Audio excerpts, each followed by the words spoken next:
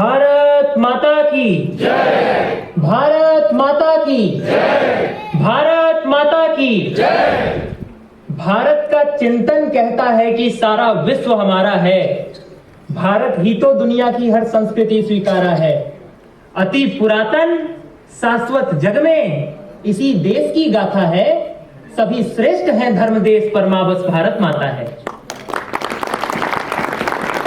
संगठित युवा और समृद्ध भारत के इसी अटल संकल्प के साथ भारत की महामहिम राष्ट्रपति महोदया के शब्दों में भारत के सबसे बड़े राष्ट्रीय युवा संसद में आप सभी को पूनम नंदन आदित्य का कोटि कोटि प्रणाम।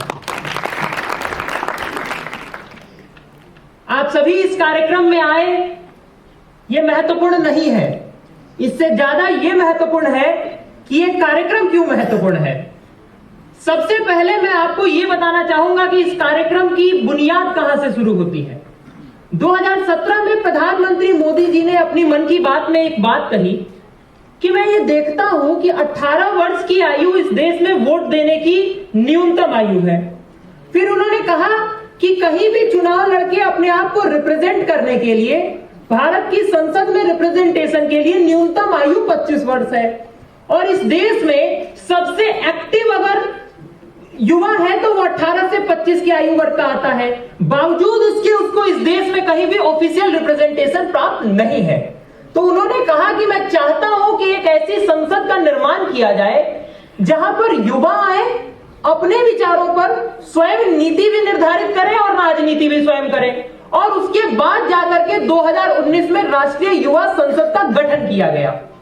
ऐतिहासिक बात यह है कि पहले राष्ट्रीय युवा संसद के समापन समारोह में प्रधानमंत्री मोदी जी ने कहा था कि मैं चाहता हूं कि जितना जल्दी हो सके उतना जल्दी राष्ट्रीय युवा संसद को सरकार से बाहर निकाल करके असरकारी बनाकर असरकारी बना दिया जाए।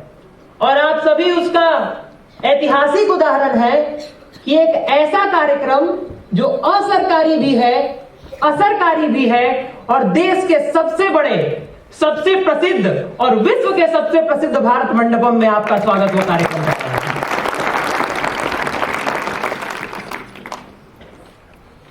भारत मंडपम का यह ऐतिहासिक वेन्यू हमेशा से गवाह रहा विश्व के सारे संस्कृतियों को होस्ट करने का।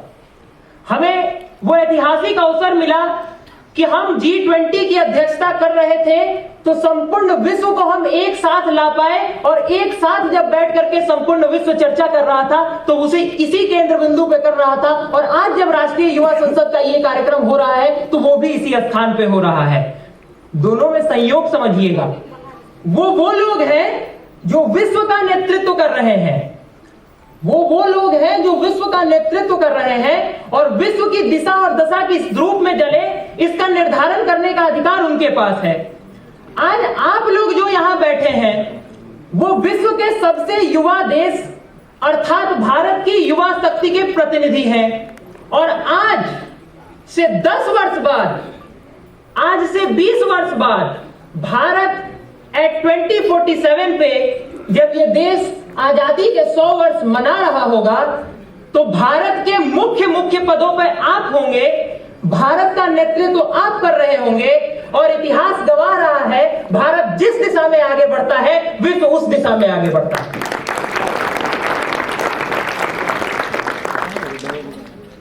और मैं एक महत्वपूर्ण बात बताना चाहूंगा, युवा वाहिनी भारत क्या है। ये कार्यक्रम अन्य स्तरों पे बहुत जगहों पे कराए जाते हैं, इस आधार पे कभी ये कार्यक्रम इतने ब्रॉड लेवल पे हुआ नहीं। बावजूद इसके ये जानना जरूरी है कि युवा वाहिनी भारत आखिर है क्या, जिसके कार्यक्रम में आप सभी यहां उपस्थित हुए हैं। बात सितंबर 2023 की है। मां गंगा की गोद में बैठकर बाबा काशी विश्वनाथ के आशीर्वाद और मार्गदर्शन में हम और हमारे मित्र संकल्प जी ये चर्चा कर रहे थे कि इस देश में 70% आबादी युवाओं की है, और इस देश की सरकार में, इस देश के सिस्टम में युवाओं का रिप्रेजेंटेशन उस प्रकार से शायद हो नहीं पा रहा जिस प्रकार से होना चाहिए। तो क्या हम कोई एक ऐसी व्यवस्था बना सकते हैं जो सरकार और युवा के बीच में एक सेतु का कार्य करे और राष्ट्र निर्माण में अपना एक सकारात्मक भूमिका निभा पाए।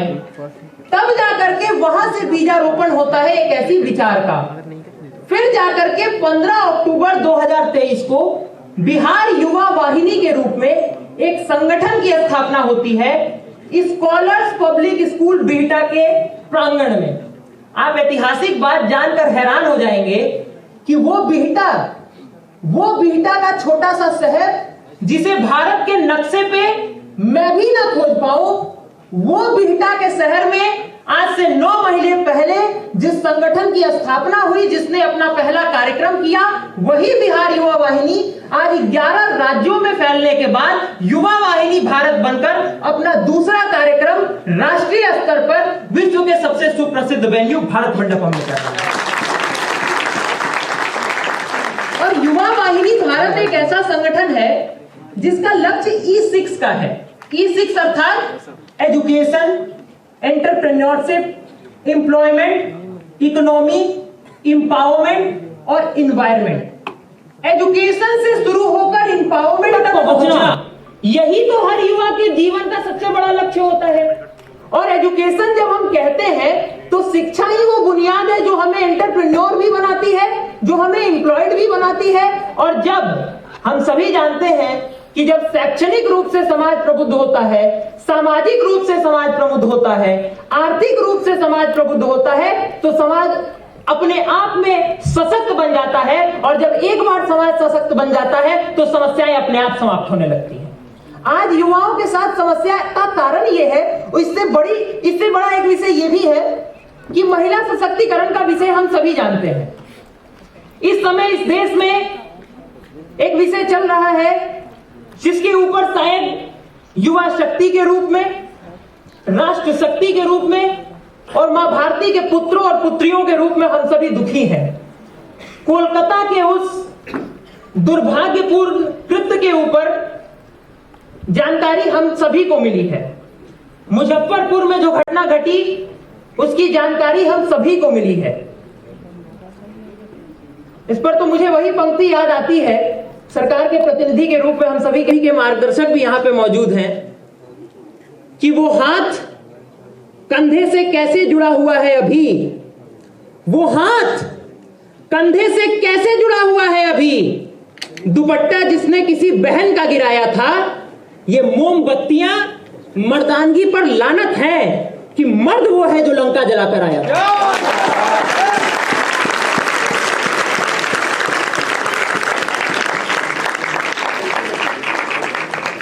अहिंसा परमो धर्म अगर हमारी संस्कृति है तो जैसा वेदांशी जी ने शुरुआत में ही कार्यक्रम में कहा, यदा यदा ही धर्मस्य, तो धर्म हिंसा तथैव च भी हमारी ही संस्कृति इजाजत देती है।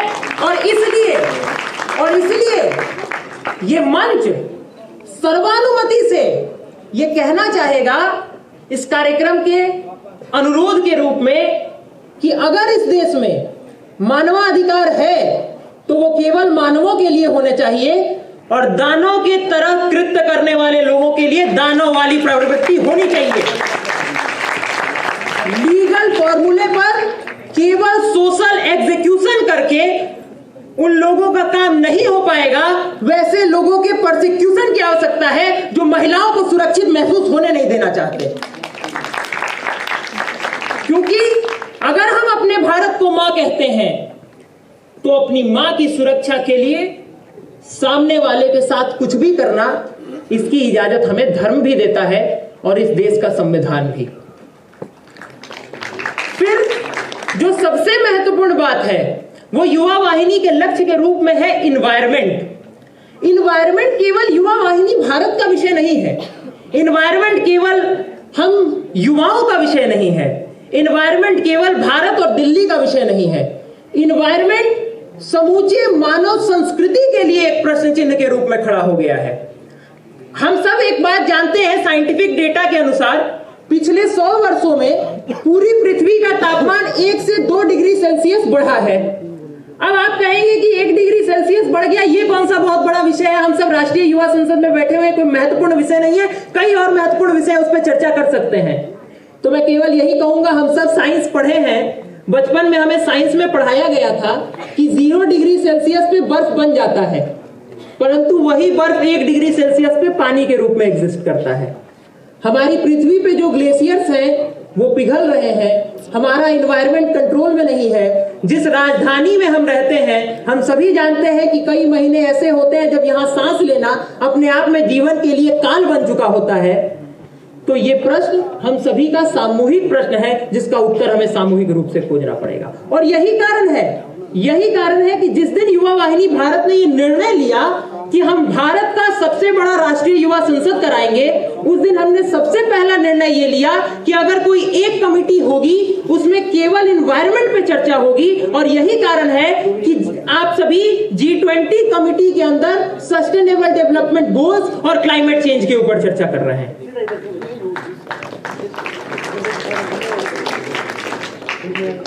आप सब में से कुछ लोग यहाँ लोकसभा से आए हैं, कुछ लोग यहाँ राज्यसभा में आए हैं। लोकसभा में हम लोग संविधान का समीक्षा कर रहे हैं, वो विषय जो अपने तौर पे इस देश की संसद में उठाया नहीं जा सकता, लेकिन इस देश के युवा संसद में युवाओं को यह अधिकार तो है ही कि हम सब ये समीक्षा करें कि क्या समय के साथ कुछ बदलावों की आवश्यकता हो पड़ी है क्या। बिल्कुल वैसे ही जैसे आज से 6 महीने पहले 4G सबसे फास्टेस्ट नेटवर्क हुआ करता था, लेकिन आज की तारीख में 5G ना हो तो 4G बहुत स्लो लगने लगता है। हमारी राज्यसभा की कमिटी हमारी मातृशक्ति को डेडिकेटेड है। मैरिटल रेप और विमेन एम्पावरमेंट, विमेन सिक्योरिटी इस देश के लिए अगर आजादी के 75 वर्ष बाद भी अगर प्रश्न चिन्ह के रूप में खड़ा है, तो हम आधी आबादी के साथ कौन सा न्याय कर रहे हैं, ये शायद हमें पूछने की आवश्यकता है और सोचने की आवश्यकता है। हमारी एक और कमिटी है all India political party meet, और आप जानकर हैरान रह जाएंगे, आप विश्वास नहीं कर सकते कि उस कमेटी में हम जिस विषय के ऊपर चर्चा कर रहे हैं वो विषय है रिव्यू ऑफ रिजर्वेशन सिस्टम। और इसका मात्र एक ही कारण है कि जिस भारत में जब हम वर्ल्ड कप देखते हैं और भारत हर बार फाइनल और सेमीफाइनल में जाकर हार जाता है, तो आप ये कहते हैं क्या कि फले जाति का प्लेयर था इस वजह से हम हार गए, या फले जाति का प्लेयर होता तो हम वो जीत गए होते। जब इंडियन क्रिकेट टीम को हम चीयर कर रहे होते हैं तब हमें आरक्षित लोगों की आवश्यकता नहीं होती, तब हम बेस्ट देख रहे होते हैं। तब हमें बल्लेबाज के रूप में रोहित शर्मा और विराट कोहली और गेंदबाज के रूप में जसप्रीत बुमराह ही पसंद आते हैं। हम में से किसी को नहीं पता होगा उनकी जाति क्या है। परंतु मुझे एक बात बताइए, आजादी के 75 और 77, 78 वर्षों बाद भी अगर किसी व्यक्ति के साथ जाति के आधार पर शोषण हो जाए, ये बात बिल्कुल विचारणीय है कि कई लोगों का जातिगत शोषण इस देश के इतिहास में हुआ है। कई लोगों के साथ जातिगत शोषण आज भी इस देश में हो रहे हैं, परंतु अन्य भी तरीकों से उन्हें संरक्षित करके, आर्थिक सहायता प्रदान करके उन्हें मेन स्ट्रीम का हिस्सा बनाया जा सकता है। आप स्वयं इस प्रश्न का जवाब जानने के लिए अपने तौर पे प्रबुद्ध हैं कि क्या ये बात सही रहेगी क्या कि किसी एक क्वालिटी और मेरिटोरियस व्यक्ति का अधिकार छीन करके उस व्यक्ति को दे दिया जाए जो व्यक्ति शायद डिजर्विंग नहीं था। तो कहीं ना कहीं ये भारत के संविधान के दृष्टिकोण में न्याय संगत तो नहीं है। और हो सकता है, ये बिल्कुल हो सकता है कि आप सभी मेरी विचारधारा से इस विषय के ऊपर असहमत हो, और संसद का सबसे बड़ा जो तत्व होता है वो यही होता है कि अगर हम असहमत हैं तो सबसे पहले हम उसकी बातें सुने जिससे हम असहमत हैं, और बाद में उसकी बातें सुने जिससे हम सहमत हैं। और ये सिद्धांत आप सभी को समझने की आवश्यकता है। कुछ समस्याएं शायद इस कार्यक्रम से पूर्व आपको झेलनी पड़ी है, इस बात को स्वीकार करने में मुझे कोई आपत्ति नहीं है। 21 तारीख के दिन भारत बंद होने के कारण कई लोगों की ट्रेनें मिस हुई, इसमें हमारी गलती नहीं थी, परंतु हम संगठन के रूप में संगठन की ओर से क्षमा प्रार्थी हैं। 22 और 23 अगस्त के दिन दिल्ली में कैब हड़ताल हुई, इसमें युवा वाहिनी भारत की कोई गलती नहीं है, परंतु मेजबान के रूप में युवा वाहिनी भारत आपसे क्षमा प्रार्थी है। परंतु मैं आपसे एक प्रश्न करना चाहता हूं, आप जिस कार्यक्रम में आए हैं वहां एक युवा संसद प्रतिनिधि के रूप में आए हैं, और आप सबों ने ऑटो का भ्रमण तो किया ही होगा ऑटो रिक्शा में। जब ऑटो रिक्शा चलता है तो आपने देखा होगा कभी कदार सड़कें जब कहीं ऊपर नीचे रहती हैं तो हल्का सा वो टर्बुलेंस आता है। जब ऑटो रिक्शा चलता है टर्बुलेंस आता है तो आप उसको ज्यादा फील नहीं करते। लेकिन अगर एक बार आप इंडिगो की उड़ान भर दें और उसमें थोड़ी सी टर्बुलेंस आ जाए तो हम सभी डर जाते हैं कि अरे भैया ये फ्लाइट लैंड करेगी भी कि नहीं करेगी। कहीं ना कहीं संसद के साथ यहां आने से पूर्व आपके दिल में यही प्रश्न था। यहां आने के बाद कोई समस्या तो नहीं हो रही ना? अरे एक स्वर में बोलिए भाई, नहीं हो रही तो बोलिए भारत माता की जय। अंत में केवल यही कहूंगा कि ये सदन अब आप लोगों के हवाले है। आप यहां जो निर्णय करेंगे आने वाले वक्त में आप जब सदन में जाएंगे तो भविष्य के भारत की नीति के रूप में आप उसे निर्धारित कर रहे होंगे। अपने भूमिका को और अपने दायित्वों को पूरी तरीके से पहचानिए और उसके साथ जितना समर्पण हो पाए करने की कोशिश करिए। और एक महत्वपूर्ण बात आप सभी को इस संसद में मैं बताना चाहूंगा। 2024 में जो राष्ट्रीय युवा संसद हुई थी, उस राष्ट्रीय युवा संसद में 87 यूथ मेंबर ऑफ पार्लियामेंट 29 राज्यों और बाकी बचे केंद्र शासित प्रदेशों से चुन करके भारत की संसद में गए थे। यह भारत का पहला ऐसा ऐतिहासिक कार्यक्रम है जहां पर 2024 के राष्ट्रीय युवा संसद के सारे युवा सांसदों को member of drafting committee of the national youth commission in the leadership of Yuva Vahini Bharat के रूप में मुख्य अतिथि के रूप में आमंत्रित किया गया है। यह भारत के लिए एक उदाहरण बनने वाला है। और इससे भी महत्वपूर्ण बात, आप सभी जब सदन में अपने विषयों पर चर्चा कर रहे होंगे तो हमारा एक सदन बैठ करके यह निर्धारित कर रहा होगा कि क्या ऐसा हो सकता है क्या कि हम भारत में एक यूथ कमीशन बनाएं, और अगर हम यूथ कमीशन बनाएं तो उस यूथ कमीशन का प्रारूप क्या हो, वर्किंग क्या हो और उसके अधिकार कितने हो। और इससे भी महत्वपूर्ण बात यह है कि अगर ये कमीशन सक्सेसफुली बन जाता है तो ये इस देश की राजनीति के लिए एक ऐसा उदाहरण बनेगा जहां इस देश की ओल्ड स्कूल पॉलिटिक्स में यह होता था कि मांग की जाती थी कि हम ये चाहते हैं, हम वो उदाहरण बन के दिखाएंगे इस देश के युवा के रूप में, मां भारती के पुत्रों और पुत्रियों के रूप में, कि अगर समस्या हमें फेस करनी पड़ रही है तो आत्मनिर्भर भारत के प्रतिनिधि के रूप में हम अपनी समस्या का समाधान स्वयं ढूंढेंगे। हम सरकार को समाधान देंगे, बाकी सरकार हमारी अभिभावक है, सरकार का निर्णय सर्वमान्य होगा। हमारे बीच बहुत से नए अतिथि भी आ चुके हैं। एक बार जानवी सिंह जी हमारे बीच में है, नेशनल क्रिएटर्स अवार्डी, आप सभी जानते होंगे इनको। कृपया इनके लिए भी तालियां बजा दें अगर आप लोग।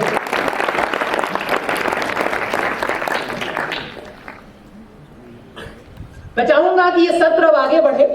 ये सत्र अब आप लोगों के हवाले है। हमारे मंच पे हमारे अभिभावक के रूप में lieutenant general retired lieutenant general sir DP Vats भी बैठे हुए हैं, और मुझे बड़ा गर्व है कि इस पूरे के पूरे कार्यक्रम में इनकी जो भूमिका रही है वो एक मार्गदर्शक के रूप में रही है। जैसे हम सभी के घर में दादा जी होते हैं तो हम सब में जोश तो होता है, परंतु वो डिसिप्लिन मेंटेन करने के लिए आपको एक ऐसे व्यक्ति की आवश्यकता पड़ती है जो आपको हैंड होल्डिंग करके चला कर दिखा सके, क्योंकि बड़े सड़कों को पार करने के लिए कभी कभी बड़ों का हाथ पकड़ना पड़ता है।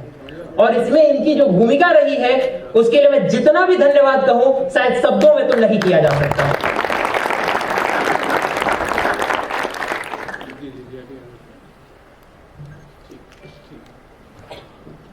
कि मन में अपने एक लक्ष्य लिए मंजिल अपनी प्रत्यक्ष लिए हम निकल पड़े हैं प्रण करके, अपना तन मन अर्पण करके, जिन्हें सूर्य उगाना है, अंबर से ऊंचा जाना है, एक भारत नया बनाना है, एक भारत भव्य बनाना है।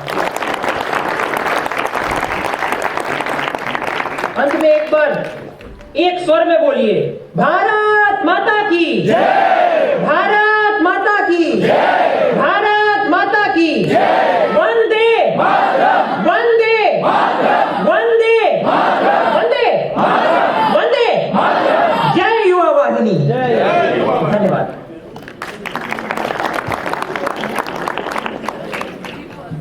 तो आज के कार्यक्रम को शुरू करते हैं।